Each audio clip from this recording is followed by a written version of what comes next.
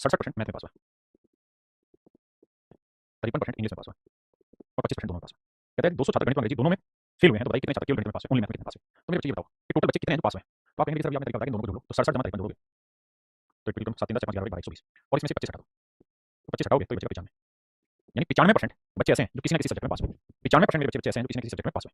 हाँ जी, 95% बच्चे ऐसे जो किसी न किसी सब्जेक्ट में पास हुए। भाई 67 एक में पास हुए, 53 में, तो 67 जोड़ा 120, 25 ऐसे थे जो दो बार काउंट करके उठा दिया तो आया 95%। यानी मैं ये कह सकता हूँ सर 95% बच्चे किसी न किसी सब्जेक्ट में पास हुए, तो टोटल 100% बच्चे हैं। उसमें से 95% किसी न किसी सब्जेक्ट में पास हुए, तो बाकी 5% कौन है? सर बाकी 5% वो लोग जो किसी में भी पास नहीं हुए। तो किसी में पास नहीं हुए, जो 5% है ये रिप्रेजेंट कर रहा है 200 बच्चों को। तो 1% की वैल्यू तो आप कहेंगे बटे 5। अब कह रहा है उन बच्चों की संख्या बताइए जो केवल मैथ में पास हुए। Then how many students pass in only maths. तो बताइए कितने छात्र केवल गणित में पास हुए, कितने ऐसे बच्चे जो केवल गणित में पास हुए मेरे बच्चे बताइए। तो जानते हैं आप कहेंगे 67% मैथ में पास हुए, उसमें से 25 तो ऐसे हैं जो दोनों में पास हुए, तो 67 में से 25 हटा देंगे तो 7 में 5 गया 2, 6 में 2 गया 4, तो 42% लोग वो होंगे जो केवल गणित में पास हुए। हाँ जी, तो 42% वो लोग जो गणित में पास हुए, तो 42% की वैल्यू क्या होगी? 5 से काटेंगे 5 20 जीरो और गुना करेंगे तो जीरो 4 दूनी 8 4 16, यानी 1680 लोग मेरे बच्चे को मिला के जो गणित में पास हुए, केवल गणित में पास हुए। करिए मेरे भाई, सेम ही सवाल है, लगाइए दिमाग।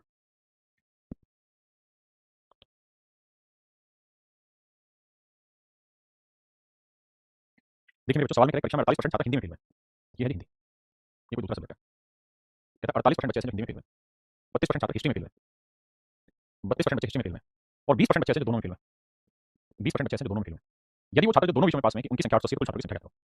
देखिए मेरे बच्चे, मैं आपसे जानना चाहता हूँ टोटल फेल कितने हुए, तो 48 जमा 32 जोड़ जाएगा 80%। और इसमें 20% ऐसे हैं जो दो बार काउंट हो चुके हैं, क्यों? क्योंकि 20 इधर भी हो गया, इधर भी हो गया, तो 80 में से 20 का 60%। यानी हम ये कह सकते हैं सर 60% बच्चे ऐसे हैं जो किसी न किसी सब्जेक्ट में फेल हुए। 60% बच्चे ऐसे हैं मेरे बच्चे जो किसी न किसी सब्जेक्ट में फेल हुए, तो बाकी कितने रह गए भाई?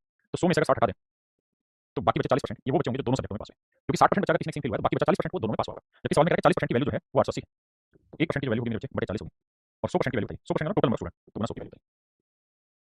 0 22 22 को 100 से गुना करेंगे तो आंसर है 2200। तो इसका मतलब मेरे बच्चे ऑप्शन बी मेरा राइट आंसर, ऑप्शन बी मेरा राइट आंसर है।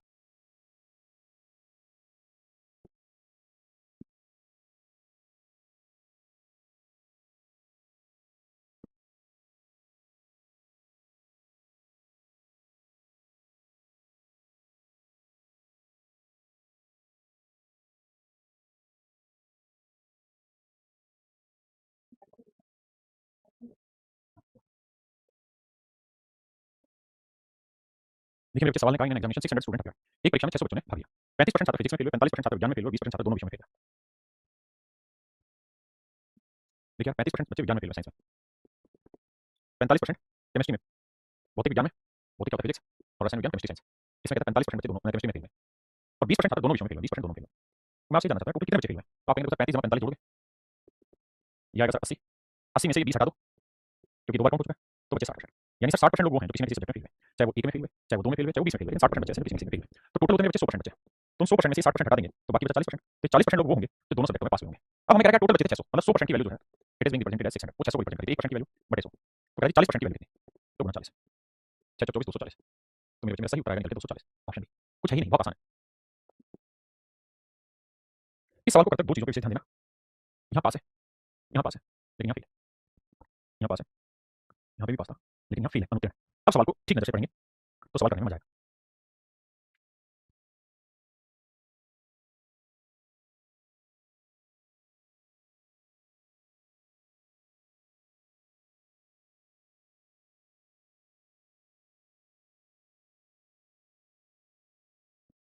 देखिए मेरे भाई, कहता है परीक्षा में 80% बच्चे हैं जो गणित में पास हैं।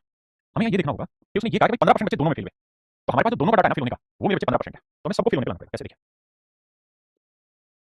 हमें ऐसे लाना पड़ेगा कि गणित में 80% पास हुए हैं तो 20% फेल होंगे, रीजनिंग में 65% पास हुए हैं तो 35% फेल होंगे। हमें दोनों में कह रहा है कि जो फेल हुए 15% है। इस बात को ध्यान से समझना। इससे पहले के सवालों में अलग अलग में पास वाला रहता था और कॉमन वाले में भी पास वाला रहता था। इस बार क्या हुआ कि फिजिक्स ना मैथ और रीजनिंग में तो पास वाले हैं लेकिन यहाँ फेल वाले, तो सब में फेल वाले कर लो कि भाई मैथ में 80% पास हुए 20% फेल होंगे, रीजनिंग में 65% बच्चे पास हो गए तो बाकी जो 35% फेल होंगे। तो टोटल बच्चे तो आपके 20 और 35 55 माइनस कर दो 15, तो बचा 40%। यानी सर हम ये कह सकते हैं कि 40% बच्चे ऐसे हैं जो किसी ना किसी सब्जेक्ट में फेल हुए, चाहे वो एक में हुए हो, दो में हुए हो, लेकिन 40% बच्चे किसी ना किसी में फेल हैं। तो टोटल 100% बच्चा होता है, उसमें से 40% हटा देंगे तो बचा कितना? 60%। यानी मेरे दोस्तों 60% बच्चा ऐसा है, 60% बच्चा मेरे भाई ऐसा है जो दोनों सब्जेक्टों में पास हुआ होगा, जो दोनों सब्जेक्टों में पास हुआ। तो हमसे सवाल में ये पूछ रहा है उससे चर्चा कर लेते हैं। तो हमसे कह रहा है 150 स्टूडेंट, 150 बच्चे ऐसे हैं जो दोनों जो केवल मैथ में पास हुए। Then find how many student fail only in reasoning, तो भाई उन बच्चों की संख्या बताओ जो केवल रीजनिंग में फेल हुए, उन बच्चों की संख्या बताइए जो रीजनिंग में फेल हुए। देखो बताता हूं, आप मुझे बताना रीजनिंग में फेल कितने बचे? 35%, उसमें से 15 ऐसे हैं जो दोनों में, तो केवल रीजनिंग में फेल होने वाले कितने बचे? 20, 35 में से 15 हटाया 20। तो अगर आपसे सवाल में ये पूछा गया है कि भाई ओनली रीजनिंग में फेल, ओनली रीजनिंग में फेल होने वाले, केवल रीजनिंग में फेल होने वाले बच्चों की संख्या करें तो आपका जवाब होगा 20%। कितने होंगे मेरे बच्चे? 20%। आपने कहा ठीक है सर। अब सवाल ने कहा था 150 छात्र ऐसे जो गणित में पास हुए, तो ओनली मैथ में पास होने वाले कितने हैं? ओनली मैथ में पास तो आप कहेंगे देखिए सर मैथ में जो पास होने वाले बच्चे हैं वो है 80%। सवाल पहली लाइन में कहा कि भाई 80% बच्चे ऐसे हैं जो मैथ में पास हुए। इस 80 में से 60% बच्चे ऐसे हैं जो मैथ और रीजनिंग दोनों में पास हैं। बिल्कुल ठीक है, 60% बच्चे ऐसे हैं जो दोनों में पास हैं। तो केवल मैथ में कितने पास हुए? 20%। तो केवल मैथ में मेरे भाई 20% पास हुए। और सवाल यही रखा कि 150 बच्चे ऐसे हैं जो केवल गणित में पास हुए, यानी 20% की वैल्यू में बच्चे 150। तो कहता है केवल रीजनिंग में कितने फेल हुए? 20% और 20% की वैल्यू 150, यानी मेरे बच्चे ऑप्शन ए हो जाएगा। कान खोल के आराम से सवाल को 2-3 बार पढ़ने की कोशिश करिए।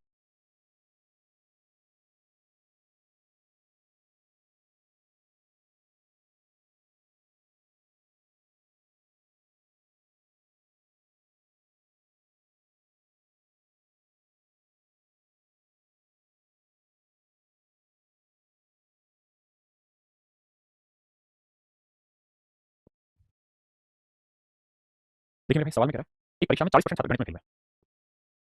तीन चीजें होंगी ना, ठीक है।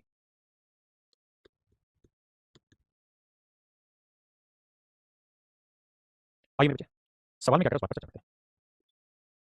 सवाल में मेरे बच्चे कह रहे हैं परीक्षा में 40% बच्चे मैथ में फेल हुए, 30% छात्र हिंदी में फेल हुए, 50% बच्चे इंग्लिश में फेल हुए। तो मैंने एक को मेरे बच्चे हिंदी मान लिया, एक को इंग्लिश मान लिया और एक को मैथ मान लिया। ठीक है जी, क्लियर? अब आइए अब कह रहे हैं 25% छात्र मैथ और इंग्लिश दोनों में फेल हुए। तो भाई मैथ और इंग्लिश में ये वाला कॉलम 25% बच्चे ऐसे हैं जो मैथ और इंग्लिश दोनों ना बच्चे गणित और इंग्लिश में। तो ये 25% ऐसे हैं जो मैथ और इंग्लिश दोनों में फेल हुए। 15% बच्चे ऐसे हैं जो इंग्लिश और हिंदी में फेल हुए और 22% बच्चे ऐसे हैं जो हिंदी और मैथ में फेल हुए। और कह रहे हैं 13% बच्चे तीनों सब्जेक्टों में फेल हुए। मेरे बच्चे तीनों सब्जेक्टों में जो कॉलम आ रहा है वो यही वाला है। तीनों सब्जेक्टों में कोई जो ऐसा एरिया जो तीनों सब्जेक्टों को कवर करता हो तो मेरे बच्चे ये भी चले क्वेश्चन बिल्कुल ठीक है। अब कहानी को आगे समझने की कोशिश करते हैं। कैसे? देखिए ध्यान से। सवाल में हमसे ये कह रहा है क्या ये बताओ तीनों विषयों में पास हुए छात्रों का प्रतिशत ज्ञात करिए। भाई तीनों सब्जेक्टों में कितने बच्चे पास हुए इस बात की जानकारी दीजिए। देखो मेरे बच्चे थोड़ा सा दिमाग दौड़ा सकते हो ऐसे कि भाई 40% बच्चे केवल गणित में पास हुए, ना गणित में पास हुए, बिल्कुल ठीक है। 22% बच्चे ऐसे हैं जो गणित और हिंदी में पास हुए, ये वाला डाटा 22। लेकिन अगर इस 22 में से अगर 13 हटा दूं तो ये वाला डाटा जानते हो कौन सा आ जाएगा? अब एक चीज को दिखाता हूं ताकि सारी बातों की पहचान हो पाए। अगर मेरे बच्चे सवाल में ये पूछा जाए ना only fail in Hindi and English, भाई या हिंदी और मैथ में, हिंदी और मैथ में कुल मिलाकर कितने फेल हुए केवल हिंदी और मैथ में, तो आपका जवाब ये होना चाहिए देखिए सर ये वाला जो आंकड़ा ये हिंदी और मैथ दोनों का, इसमें से 13 ऐसे हैं जो इंग्लिश में फेल हो रखे हैं, तो 13 हटा देंगे तो ये वाला जो डाटा आएगा ना ये वो आंकड़ा बचेगा जो केवल हिंदी मैथ और हिंदी में फेल है। तो अगर मैथ और हिंदी में पूछा जाएगा तो आपका जवाब होगा 22 माइनस 13 यानी 9% बच्चे ऐसे हैं जो केवल मैथ और हिंदी में फेल है। अगर मैं यही सेम सवाल आपसे पूछूं मैथ और इंग्लिश में कि केवल मैथ और इंग्लिश में कितने फेल हुए, तो आप वही ज्ञान मुझे देंगे देखिए सर मैथ और इंग्लिश में कुल मिलाकर 25% बच्चे फेल हुए, लेकिन इसमें से 13% हुए जो तीनों में फेल हुए। तो अगर मैं ये निकालना चाहता हूं कि केवल मैथ और इंग्लिश में तो ये वाला आंकड़ा बचा, तो 25 में से 13 गए मेरे बच्चे 12%। तो केवल मैथ और इंग्लिश में फेल होने वाले हैं 12%, इसमें 9%। ऐसे अगर मैं पूछूं कि हिंदी और इंग्लिश में कितने, तो 15 में 13 गए मेरे बच्चे 2%। क्या मेरे बच्चे मेरी बात समझ पाए? तो आपका जवाब है हां सर बात समझ अब आ जाते हैं। अब मेरे बच्चे मेरी कहानी को आगे समझ। ये पूरा जो कॉलम है ये है 50%, ये पूरा जो कॉलम है मेरे बच्चे कितना है 50%। तो 12 और 13 25, 25 और 2 27, तो 50 में से 27 घटाएंगे तो ये वाली वैल्यू क्या आई 30%, बिल्कुल ठीक है। ये पूरा कॉलम है मेरे बच्चे 40, तो 12 और 13 25, 25 और 9 34, तो ये पूरा 40 है और ये हो गया 34 तो कितना है 6%। ये पूरा है 30, ये है 9 और 13 22, 22 और 2 24, तो 30 में से 24 घटाएंगे तो ये है 6%। एक बार मेरे बच्चे इन बातों को समझो फिर आगे बढ़ेंगे।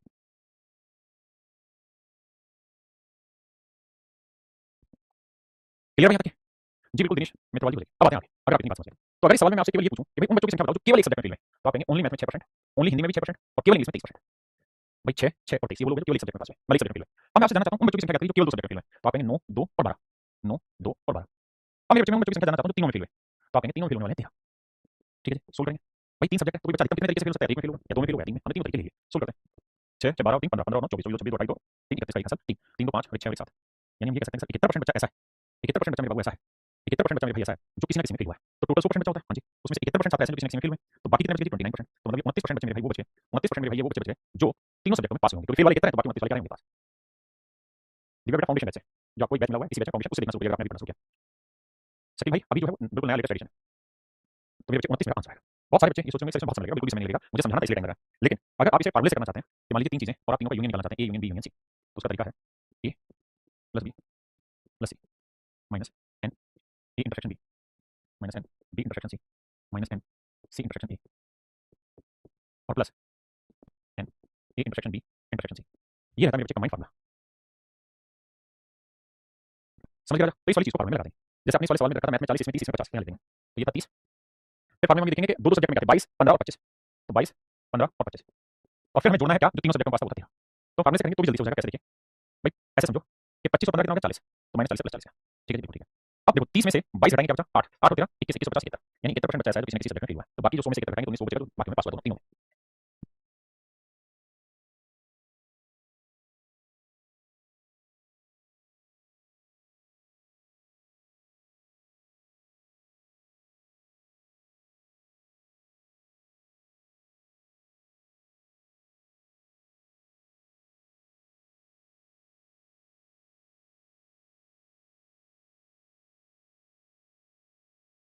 देखिए भाई मेरे बच्चे सवाल में कह रहा है in an examination 20% of the student fail in math, कहता है 20% बच्चे मैथ में फेल हुए, 20% बच्चे मेरे भाई मैथ में फेल हुए, 15% इंग्लिश में फेल हुए 25% हिंदी में फेल हुए, 25% हिंदी में फेल हुए, 5% बच्चे ऐसे हैं जो मैथ और इंग्लिश दोनों में फेल हुए, ये बच्चे 5% है। 10% बच्चे ऐसे हैं जो इंग्लिश और हिंदी में फेल हुए, 10% बच्चे ऐसे जो इंग्लिश हिंदी में फेल हुए, 15% बच्चे ऐसे जो मैथ और हिंदी में फेल हुए,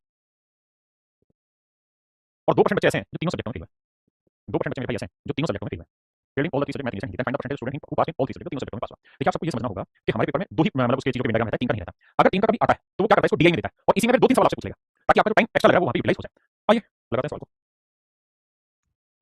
देखिए मैं हमेशा ही वेन डायग्राम करना पसंद करूंगा क्योंकि मुझे वेन डायग्राम से चीजें ज्यादा क्रिस्टल दिखती हैं और ज्यादा आसानी से मैं कर पाता हूं। आपको पढ़ना भी बता रहा हूं, ये 5 है, ये 2 है, ये 3 है, ये 15 है, 2 है, 13 है, ये 10 है, 2 है, 8 है, 8 2 10 13 30 25 30 2 आया, 8 2 10 13 15 13 2 आया, 12 15 18 20 में से कट गया, ये 2 आया, जोड़ेंगे तो 2 2 4 2 6, यानी ऐसे लोग जो केवल एक सब्जेक्ट में फेल हुए तो 2 2 2। अब वो लोग की संख्या निकालो जो 2 में फेल हुए, केवल 2 में 13 8 3 13 8 3। अब उन लोगों की संख्या निकालो जो 3 में फेल हुए, दैट इज 2। तो जोड़ो मेरे बच्चे, तो 2 2 4 2 6 और 3 9 9 8 17 17 3 20 और 2 22 का 2 असल 2 2 1 3, यानी मेरे बच्चे 32% बच्चे ऐसे हैं जो किसी ना किसी सब्जेक्ट में फेल हुए हैं। तो टोटल 100% बच्चे थे बिल्कुल, तो 100 में से 32 हटा देंगे तो बचा कितना, मेरे बच्चे 68%, यानी 68% लोग होंगे जो बाकियों में पास हुए। और ये हमसे सवाल पूछा हुआ है कि तीनों सब्जेक्ट में कितने बच्चे पास हुए, तो जवाब होगा 68%। क्या हो जाएगा मेरे बच्चे 68%। अब मेरे बच्चे में इसी सवाल को फार्मूले से बढ़ा देता हूं। देखिए यही लेते हैं फार्मूला। देखिए मेरा तो क्या ही बिगड़ेगा फार्मूले से कराने में, लेकिन मुझे लगता है कि अगर आप धीरे धीरे इन सवालों की प्रैक्टिस करके ना 2 3 सवालों की, तो उसका आपको इतना समय नहीं लगेगा जितना मैं कराने में लगा रहा हूँ। मुझे समझाना, अरे कहां लगा दूंगा। देखिए बहुत आसान, मैंने अभी फार्मूला बताया कि यूनियन जब आप निकालने जाओगे कि भाई मैथ इंग्लिश और हिंदी तीनों में कुल मिला के कितने फेल हुए हैं, आपको पहले निकालना होगा मैथ में फेल वाले, इंग्लिश में फेल वाले, हिंदी में फेल वाले, फिर माइनस करना होगा मैथ और इंग्लिश दोनों में फेल होने वाले, इंग्लिश और हिंदी में फेल होने वाले, और हिंदी और मैथ में फेल होने वाले, और फिर प्लस करना होगा तीनों में फेल होने वाले। हाँ जी, आइए लगाते हैं दिमाग। तो मेरे बच्चों ये वैल्यू है 20, ये वैल्यू 15 और ये वैल्यू 25, 25 15 40 और 20 60, तो ये हो गया। ये वाली वैल्यू है मेरे बच्चे 15 5 और 10, तो 10 5 15 15 30, और ये वाली वैल्यू मेरे बच्चे 2, तो 60 में 30 30 30 और 2 32, यानी मेरे बच्चे 32% लोग ही ऐसे हैं जो किसी न किसी में फेल हुए हैं। तो 100 में से 32 हटा देंगे तो बाकी जो बचे 68% वो लोग होंगे जो बाकी तीनों सब्जेक्टों में पास हुए। करिए करिए।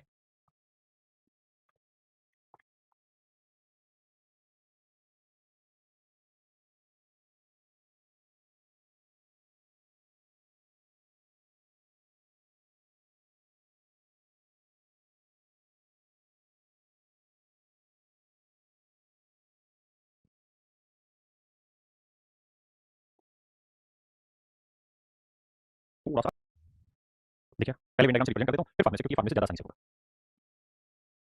देखो मेरे भाई कह रहा 53% बच्चे गणित में पास हुए हैं, 61 फिजिक्स में, 61% फिजिक्स में पास हुए, 60% केमिस्ट्री में पास हुए, 24 मैथ और फिजिक्स में, 24% मैथ और फिजिक्स में,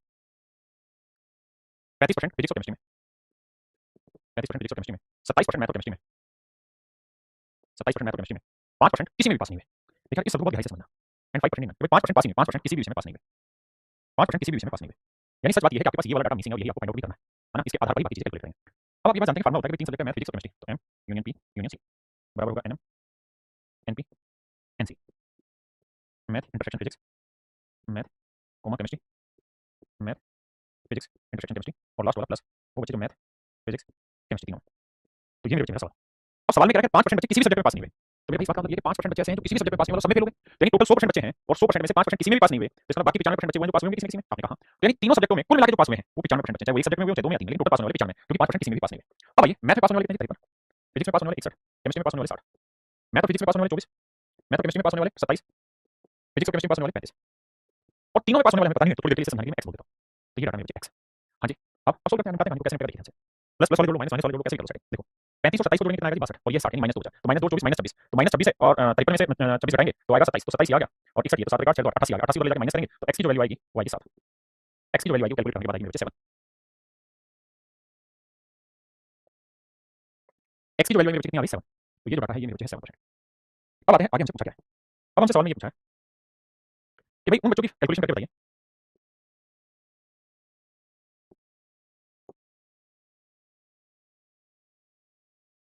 अब हमसे जो चीज पूछी हुई है वो ये, find the ratio of percentage of pass in mathematics and chemistry. कहता है उन बच्चों का रेशियो बताओ जो केवल मैथ और केमिस्ट्री में पास हैं बट नॉट इन फिजिक्स, यानी वो बच्चे जो मैथ और केमिस्ट्री में पास हैं लेकिन फिजिक्स में नहीं। तो यही वाला डाटा होगा मेरे जो मैथ और केमिस्ट्री में तो पास हुए लेकिन फिजिक्स में नहीं, तो 27 में से 7 घटाएंगे 20%, यानी 20% बच्चे ऐसे हैं जो केवल मैथ और केमिस्ट्री में पास हैं। अगली लाइन में कह रहा है in relation to the percentage of pass in physics and chemistry but not in math, वो बच्चे जो फिजिक्स और केमिस्ट्री में पास हैं लेकिन मैथ में नहीं, तो ये वाले, तो ये 35 35 में 7 28, तो आंसर बताना 20% से 28% का अंतर, 4 5 20 4 7 28, तो मेरे बच्चे मेरा राइट आंसर है 5:7, यानी मेरे बच्चे ऑप्शन बी मेरा राइट आंसर है, ऑप्शन बी मेरा बिल्कुल करेक्ट आंसर। तो चलिए मेरे बच्चों यहाँ आपका वेन डायग्राम पूरी तरह खत्म हुआ। उम्मीद करता हूँ आपको पढ़ने में मजा आया होगा, बढ़िया लगा होगा। नमस्कार, धन्यवाद, थैंक यू।